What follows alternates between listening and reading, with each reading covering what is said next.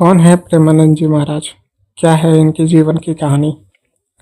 कैसे ये अध्यात्म की दुनिया से जुड़े? इनकी दोनों किडनी खराब होने के बावजूद कैसे ये इतने हेल्दी लाइफ जीते हैं? आज हम इनके बचपन से लेकर अभी तक के सफ़र के बारे में सब कुछ जानेंगे इस वीडियो में। प्रेमानंद जी महाराज के बारे में जानने से पहले मैं अपने सभी दर्शकों का दिल से धन्यवाद करता हूँ, और जिन्होंने अभी तक मेरे चैनल को सब्सक्राइब नहीं किया है उनसे अनुरोध है, कृपया करके मेरे चैनल को सब्सक्राइब कर लें और इस वीडियो को ज़्यादा से ज़्यादा शेयर करें, लाइक करें और कमेंट करके बताएं कि आपको वीडियो कैसी लगी। साथ ही अपना राय ज़रूर दें ताकि मैं और भी अच्छे कंटेंट आपके लिए बना सकूं। तो आइए चलते हैं वीडियो की ओर। प्रेमानंद जी महाराज, जिनका नाम सुनते ही मन में एक अलग ही भाव उत्पन्न होता है। उनके प्रति लोगों का प्यार और समर्पण देखते ही बनता है। प्रेमानंद जी महाराज एक ब्राह्मण परिवार से आते हैं और उनका जन्म उत्तर प्रदेश के कानपुर जिले में सरसोल ब्लॉक के आखिरी गांव में हुआ था। 13 साल की उम्र तक वह यहीं पर अपने परिवार के साथ रहते थे। कभी इस गांव को शायद कानपुर के लोग भी ना जानते हों, लेकिन आज यह देश ही नहीं पूरी दुनिया में विख्यात हो चुका है। हालांकि यहाँ से एक बार चले जाने के बाद दोबारा कभी प्रेमानंद जी महाराज वापस नहीं आए, लेकिन यह गांव उनका जन्म स्थान है, इसलिए यह बेहद खास है। उनके परिवार का मुख्य आजीविका का साधन खेती था, जिससे वे अपने जीवन यापन करते थे। उनके बचपन का नाम अनिरुद्ध कुमार पांडे था और उनके परिजनों ने बताया कि बचपन से ही घर में आध्यात्मिक माहौल था। उनके दादाजी एक सन्यासी थे और उनके पिताजी श्री शंभू पांडे भी भगवान के परम भक्त थे। उनकी माताजी श्रीमती रमा देवी भी अत्यंत धार्मिक थी। इसी माहौल के कारण बचपन से ही उनका मन पूजा पाठ और भगवान की भक्ति में लगने लगा।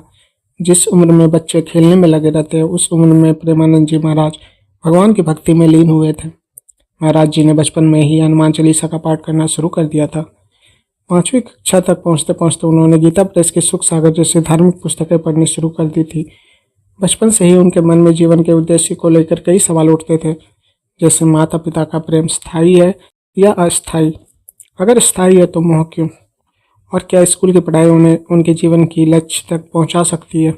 अगर नहीं तो इससे पढ़ने का क्या लाभ है? इन सवालों के जवाब खोजते खोजते उन्होंने श्री राम जय जय राम और श्री कृष्ण गोविंद हरे मुरारी का जाप करना शुरू कर दिया।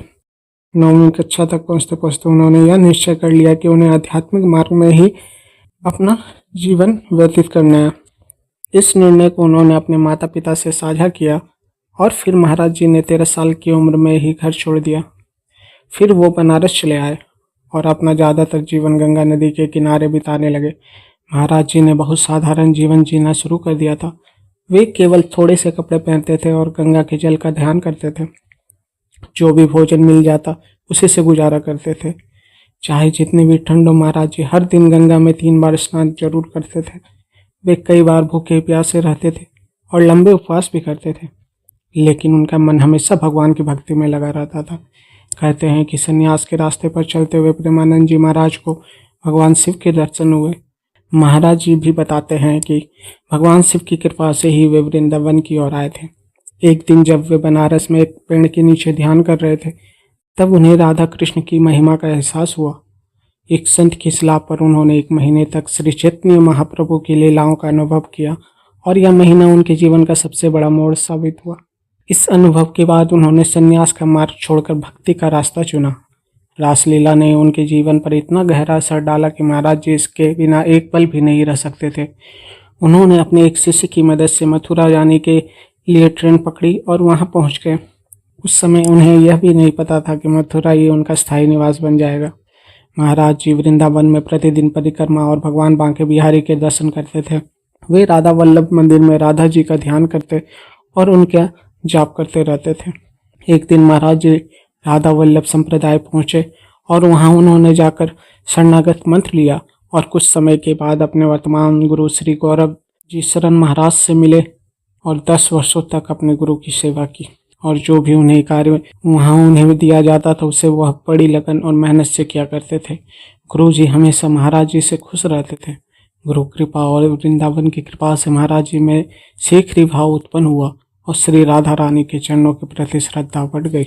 महाराज जी को जो भी मिलता वे उसे स्वीकार कर लेते थे। उनकी कोई भी व्यक्तिगत इच्छा नहीं थी।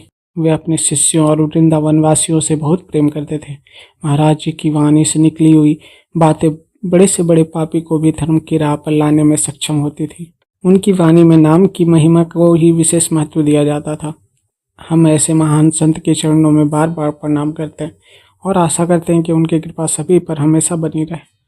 35 साल की उम्र में प्रेमानंद जी महाराज को पेट में दर्द की समस्या शुरू हो गई। इलाज के लिए जब वे रामकृष्ण मिशन अस्पताल गए तो डॉक्टर ने जांच के बाद बताया कि उनकी दोनों किडनियां खराब हो चुकी है और सिर्फ 4-5 साल की ही जिंदगी उनकी बची हुई है। लेकिन उस भविष्यवाणी के बावजूद 17 साल बीत गए हैं और महाराज जी आज भी जीवित हैं।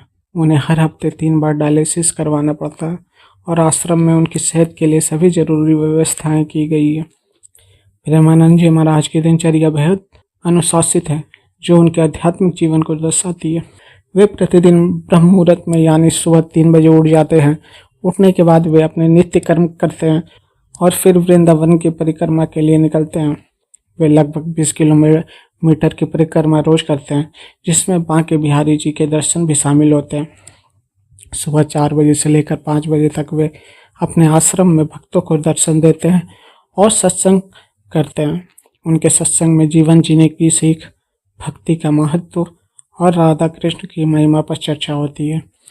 वे बहुत ही सादा भोजन करते हैं और रात में जल्दी सो जाते हैं। उनका जीवन पूरी तरह से राधा रानी की भक्ति और सेवा को समर्पित है। प्रेमानंद जी महाराज का जीवन यह सिखाता है कि कठिन परिस्थितियों में भी भक्ति और अनुशासन के बल पर जीवन को आनंदमय और प्रेरणादायक बनाया जा सकता है। उनकी सादगी और भक्ति आज भी लाखों लोगों को सही मार्ग पर चलने की प्रेरणा देती है।